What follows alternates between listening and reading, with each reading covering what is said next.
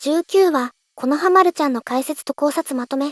ォルト・トゥーブルー・ボルテックス、19話掲載の V ジャンプ4月特大号が、2025年2月20日に発売された。前回18話、寝言は寝てえでは、カワキとアマドの交渉、トテ玉の回収作戦に進展があった。カワキとアマドの交渉はカワキが自身の強制内容を知ることで始まった。アマドによってカワキは、攻撃性能を制限され、防御性能と回復能力を優先する調整がなされていたのである。カワキは自身の攻撃性能を引き上げてもらうため、アマドに迫っていた。アマドはカワキの再調整をする代わりとして、娘のアケビのクローン体にカワキのカーマを刻むという条件を提示する。カワキの強制内容も、アケビの再現に必要なカワキの命を優先するためのものである。しかし、この条件はカワキの意志とは合わなかった。カワキは世界を滅亡へ導く脅威の対象として、大筒木を最も警戒している。ボルトを含める脅威の全滅を目指しているが、アケビにカーマを刻むことは新たな大筒木誕生の規定性が伴う。カワキは、今いる脅威を全て始末した後にカーマを刻むと、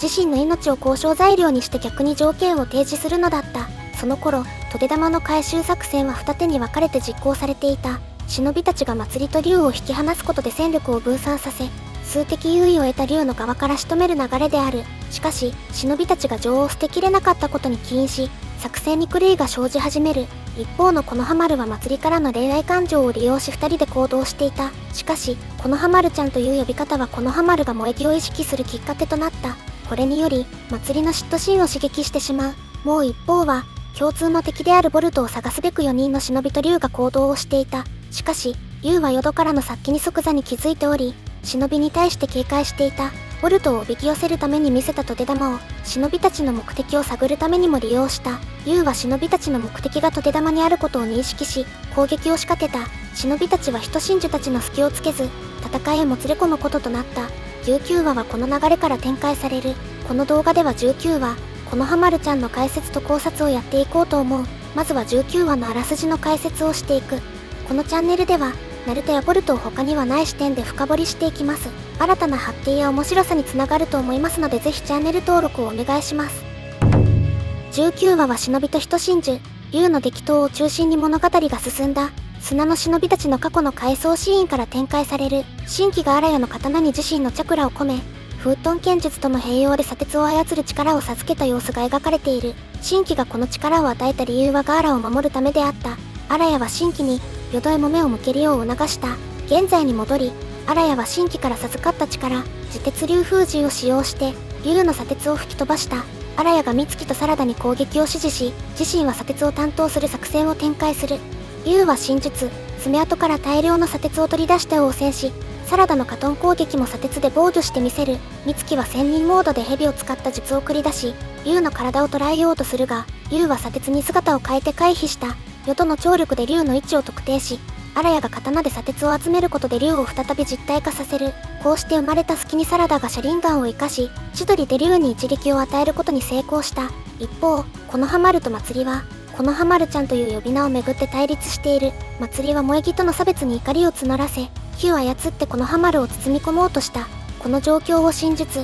千里眼で観察していたエイダは、呼び方を許容する関係性の重要性を指摘し、このはまるの危機的状況を家臣孤児に報告した。ボルトは現場に駆けつけたい気持ちを抑えている。人真珠の拠点では、ジュラが生命の進化と人間社会の問題について持論を展開している。ジュラは、愛が知性にもたらす弊害を問題視し、死因の歯科長との戦いを振り返りながら、愛によって思考が狂わされる危険性を指摘した。すべての人真珠が、愛を理解し、克服せよという、本能的な継承を感じている様子が描かれる。最後に戦闘シーンに戻り、竜の爪痕から大量の爪垢が出現する。忍びたちは攻撃を繰り出すものの、圧倒的な数の爪垢に対応しきれず、淀は背後から噛みつかれてしまう。荒谷が淀を助けようとするが、刀を振り切れないところを竜に狙われ、自鉄流封じを刺さった爪垢ごと別の空間へ移動させられてしまった。淀が木にされてしまう事態は防いだ。竜の自遁に対抗する手段を失った忍びたちと、祭りに取り込まれそうなこのはまるの危機的状況で話は終わっている。物語全体として、荒谷と自遁の関係性、このはまると祭りの対立、そして人真珠の思想という複数の要素が絡み合いながら、危機的状況へと発展していく構造になっている。各キャラクターの能力や関係性が試される中、この佳境をどう乗り越えるかが次回以降の焦点となるだろう。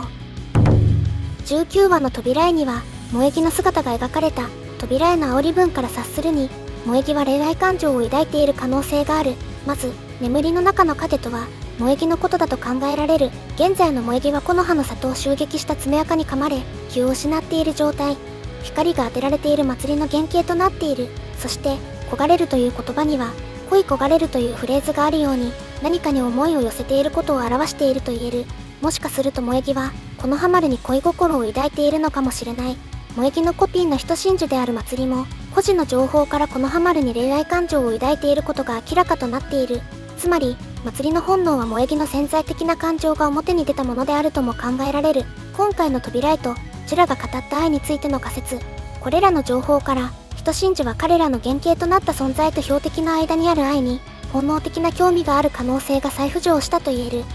詳しくはこちらの動画でまとめているが、人真珠の原型となった存在は、標的へそれぞれの形で愛情を抱いているという共通点がある。祭り以外の人真珠たちも、原型が密かに抱いていた感情を本能的に表面化させるかもしれない。人真珠を通して、原型の人柄をより深く知ることにつながるのである。このハマルは祭りも大切な存在であるということに気づけるだろうか。追い詰められたこのハマルから発せられる言葉に注目したい。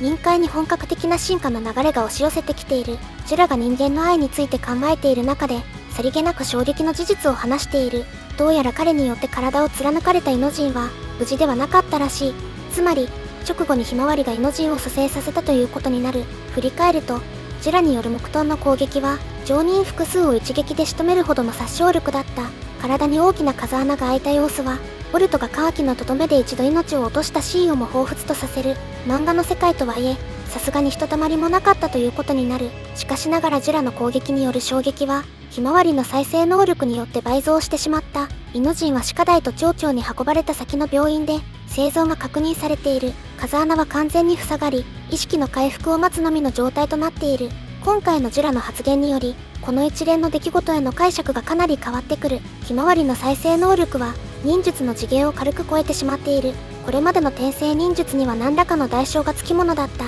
ジオバーによる起承転生がその代表例である。術者の命を引き換えに、対象に命を吹き込む効果がある。命を落としたボルトに使用された真術、カーマによる再生能力でさえ、桃式のデータ解凍のリソースを全て使う一度きりのものだった。今回その進化が明らかとなったひまわりの再生能力にも何か代償があるのかもしれないが、今のところ一時的なチャクラ消費以外に見られない。ただし、少なくともひまわりは相当の責任を負ってしまったようだ。また、ひまわりの能力がアマドの計画に関わってくるのかどうかも気になるところ、アマドは娘のアケビを人格そのままに生き返らせることを目的として行動してきた。彼の計画に対して読者から突っ込まれがちなことが、新たな脅威を増やしてしまう危険性を持つカーマではなく、これまで登場してきた転生忍術を使用するのはどうなのかということ。このモヤモヤがさらに強まったと言える。カワキも他の転生術の存在を知った瞬間、この問いが浮かぶだろう。ひまわりの能力に人を生き返らせるという効果があったと分かった以上、無視できないはずである。なぜアマドが真術、カーマでの転生にこだわるのかを、他の転生術を選ばない理由も含めて、より知りたくなる状況となった。竜が忍びから自身のトゲ玉を狙われていることに気づき、戦闘が始まった。それでもなお数的優位を取っていた忍びたちだったが、竜が多くの爪垢を呼び出したことによって状況は逆転。戦闘の鍵を握っていた荒谷の自鉄竜風神も取り上げられてしまった。